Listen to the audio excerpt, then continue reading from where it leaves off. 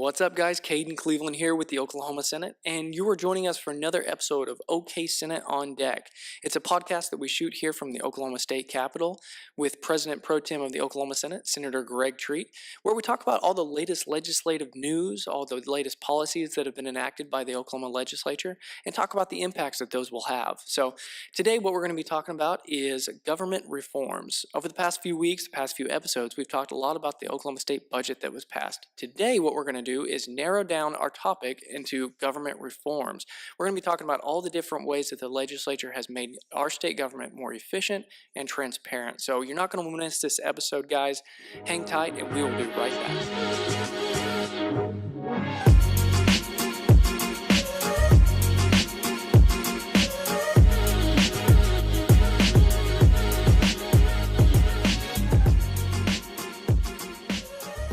All right, hey guys, what's going on? Welcome back. As I mentioned before, we're here with another episode of OK Senate on Deck. Of course, just like every week with our President Pro Tem of the Oklahoma Senate, Senator Greg Treat. Senator, welcome.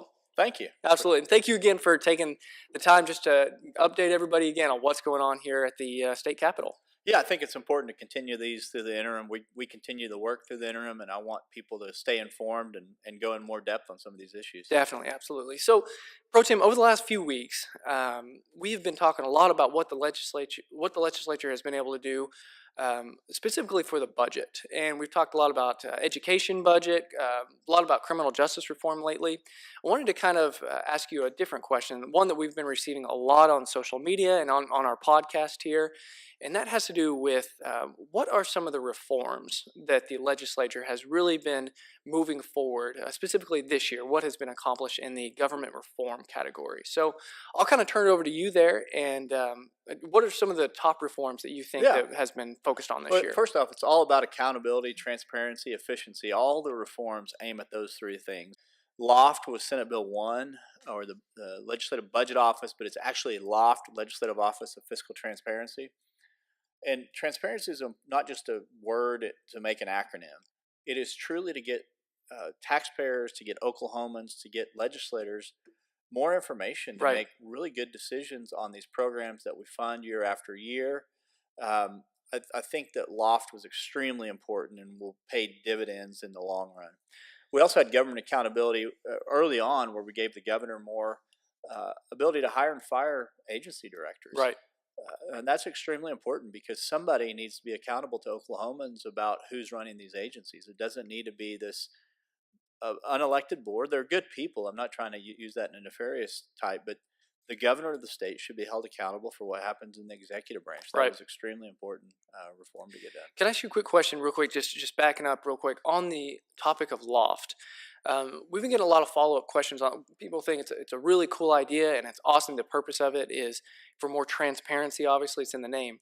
We've been getting a lot of questions on how the function will actually work. Will this information be transparent to the general public or just for the legislature? Can you kind of walk us through what that'll look like? The way it's designed, it's supposed to be transparent, and it will be transparent to the general public on everything that LOFT does. So there will be a committee of both House members and Senate members, Republicans and Democrats, that direct the work of LOFT, but their reports won't be sealed and hidden from the public. Right. They'll be publicly available, and the taxpayers, and again, Oklahomans or neighbors, can sit there and look at them and say, did the legislature use that information to improve what we're doing in Oklahoma? It's a huge deal.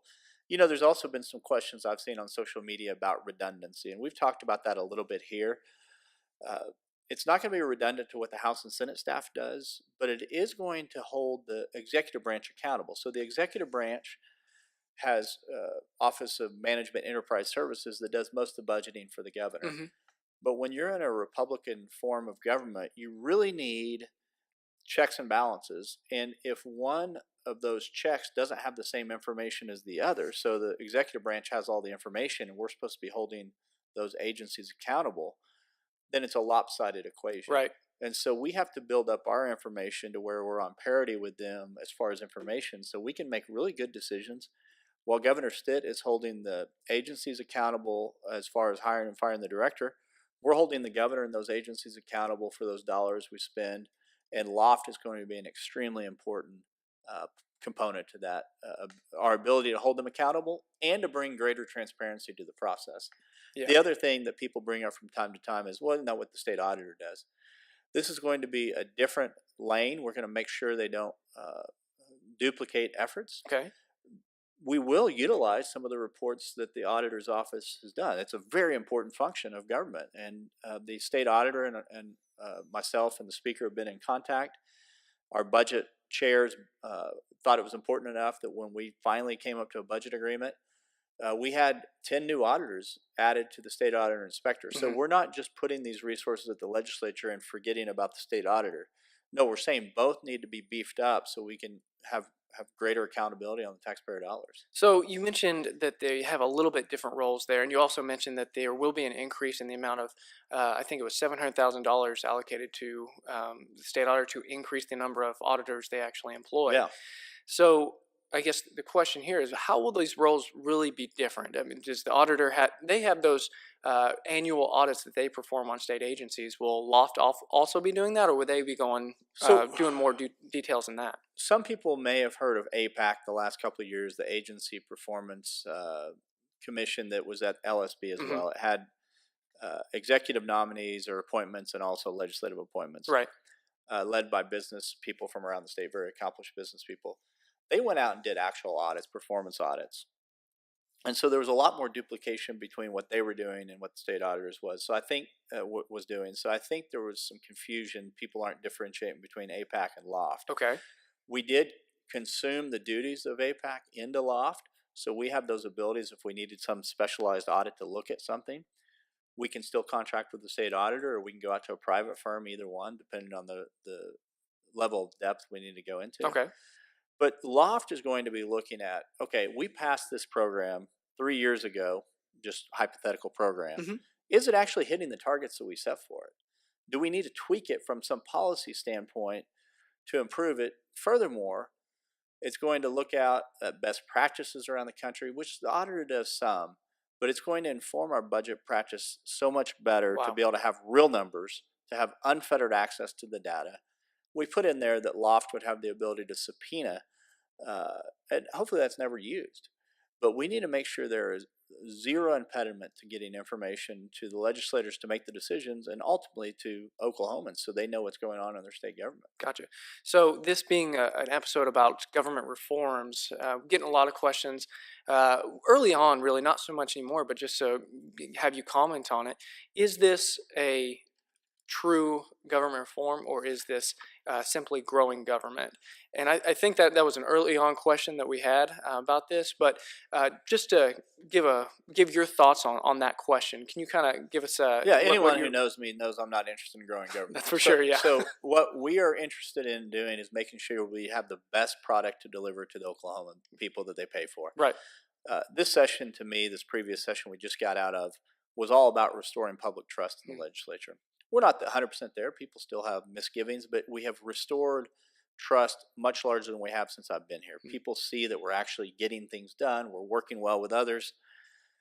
But this is to make sure that when we fund a program, we know what it's actually doing. Yeah. Right now, when we fund a program, just again for hypothetical, Oklahoma Healthcare Authority, the state's Medicaid agency, we have information coming from the agency that says, yeah, this is the greatest thing since sliced bread, but we have no way to verify that. To actually track that data. Yeah. Oh, wow, okay. Yeah, and we have no way to, we also hear from lobbying groups that say that are beneficiaries of that program some way financially, typically. Oh, this is great, it's doing so much, but we don't have a way to verify that right now. The health department's probably the better example. The health department during the previous previous legislature, they convinced us that they needed $30 million or they weren't going to be able to make payroll. We were completely at their mercy to being honest with us. Right. And it turns out they were hiding the ball from us. Wow. They were commingling federal and state monies, and that agency has changed. There's new leadership there. Excited about it. I'm not trying to say anything about the current health department, but it was easy for them to hide it. Right. And that should have awoken Oklahoma to the fact that we need more tools in our tool shed to be able to go out and look and do more in-depth analysis. We have a staff here in the Oklahoma Senate that is great at helping us write the budget. They just don't have those tools that we Right. need through Loft. And Loft is going to be a shared experience between the House and the Senate. We have co-equal power over it. We'll have co-equal membership over it, and Oklahomans will be able to see everything that Loft does. Love that. So early on, you mentioned that these government reforms were all about transparency, efficiency increases for our state government. You mentioned government accountability, loft, this increase in the state auditors, number of auditors that will be in the state auditor's office. Is there any other reforms that you had in mind? Things that maybe the Senate or the House were really focused on this year? Yeah, we had a myriad of them just for interest of time. Judicial reform was a big issue that we talked about, judicial redistricting. Yes, absolutely. The way that the court system is made up, it's based off of redistricting the Supreme Court, the Oklahoma Supreme Court. And so you have a very high concentration of attorneys in the Tulsa and Oklahoma City metros, and then you have attorneys throughout the state. But the way we were having to decide Supreme Court justices, not we, the governor, in the JNC, was on an antiquated system that I think was last updated in the late 60s. So it went from the late 60s to 2019. We've Wow. had several censuses, every 10 years we have a census. Right. So we had one in the 70, 80, 90, 2000, 2010, and we had never adjusted those judicial lines to meet up with that. That's extremely important to make sure that one man, one vote, that we have, make sure that Oklahomans are well represented on the Right. court as well. Workers' compensation reform, we stayed the line, made sure that we kept those reforms intact, and just did a really good job on making sure that we continue the progress we've made there. Mm-hmm. We had a little setback in the court. The court found a special law in the workers' comp reform. We're gonna have to go back and adjust some of Mm-hmm. that. No, that was actually tort. I'm sorry. Tort That reform. was tort. Yeah, you're right. That was Absolutely. tort reform. So I apologize. Yeah, the tort reform we had a setback Mm-hmm. on. We'll have to work through that next session, figure out a solution to that. And that's just the natural progression of things. As things improve, you discover things that need to be adjusted, and so they can be further improved. I think you've shown that that's what you're all about. So. Yeah. Another thing I wanted to ask you about that I don't know if you put it in the government reform category, but certainly within the legislative process is the appointment process for these boards and commissions and how they actually become members of these boards and these commissions is that they go through a legislative process to be confirmed by the Senate. Can you kind of walk us through that and how that has really shaped this year? Senate confirmation is one of the things that makes senates around the United States, including the U.S. Senate, unique. Is that they have the ability to give advice and consent to the governor on different appointments. And we take that role extremely seriously. We beefed it up with a bipartisan working group this summer. So we were actually building the boat or repairing the boat as we're in the middle of the stream. Right. So around April, we modified it pretty drastically. But we were able to get through all the exec noms, and some didn't make it through, and most did. The vast majority did. But Oklahomans should have a much higher degree of confidence that those people that the governor appoints and we confirm have been thoroughly vetted Right. in a much more meaningful way than we have in recent years. Gotcha. So in kind of layman's terms, it was great to see that these people who were appointed and all great candidates, but it's like you said, very important for Oklahomans to know that these people have been well vetted, and that's exactly what was really secured this year, I think, under your leadership under the Senate. It's extremely important, especially if we talk about that in concert with government accountability, where we've given the governor more authority to hire and fire people. Mm-hmm. And I don't have this concern about Governor Stitt, but some future governor, you can't ever make policy based on current personalities that are in these offices. You just appoint your best friend, your college roommate or something to head an agency that may not be qualified for that. And so you've got to guard against that. You've got to make sure the person understands what they're getting into, right, and that they're qualified. And I mean, he's nominated some excellent people that we've had the pleasure of confirming, and then there were a couple that we had some questions on. So that's good. Well, Pro Tem, that's pretty much about out of time here, but we wanted to thank you for walking us through all the government reforms. That's something that I think is very important to Oklahomans, is to make sure that while we continue to fund our agencies and make sure that they're well funded and have enough resources to do their job well, that there's also reforms going along with those, making sure everything's still transparent and as efficient as possible. Yeah, and one thing I don't want to gloss over, criminal justice reform has been something we've been working on for 4 or 5 years out of here. We didn't make as big a step this year, but we did make a step on those 780 crimes as people simple possession Right. type crimes, people in prison incarcerated currently, and that's still working through the process now. We've got a lot more to do on criminal justice reform, and I'm excited to see progress made next session on that. And that topic, that's probably something that we should devote a whole episode to. Is just breaking Yeah. apart the criminal justice reform topic, where we came from, where we're at now, and what the future looks like, Yeah. what the plan is moving forward. So, Yeah. well, awesome, Pro Tem. We're about out of time here, but did you have anything else to add before we sign Nope. off? Appreciate it. Right on, absolutely. Well, thank you so much for walking us through all those reforms. They're extremely important for us just to all know that that our government is being as efficient and transparent as possible. So, and guys, thank you so much for joining us. It means a lot that you join us every week and listen to our episodes. Stay in touch with what's going on here at the state capitol. If you do have any questions for us, feel free to email us. We have an email direct here to the podcast. It's ondeck@oksenate.gov. Or you can listen to any of our previous podcasts that we have. They're available on iTunes. All you have to do is go into iTunes and search Oklahoma Senate Republicans, and it'll be the first one up there. Just feel free to subscribe and leave us a nice comment. That'd be great too.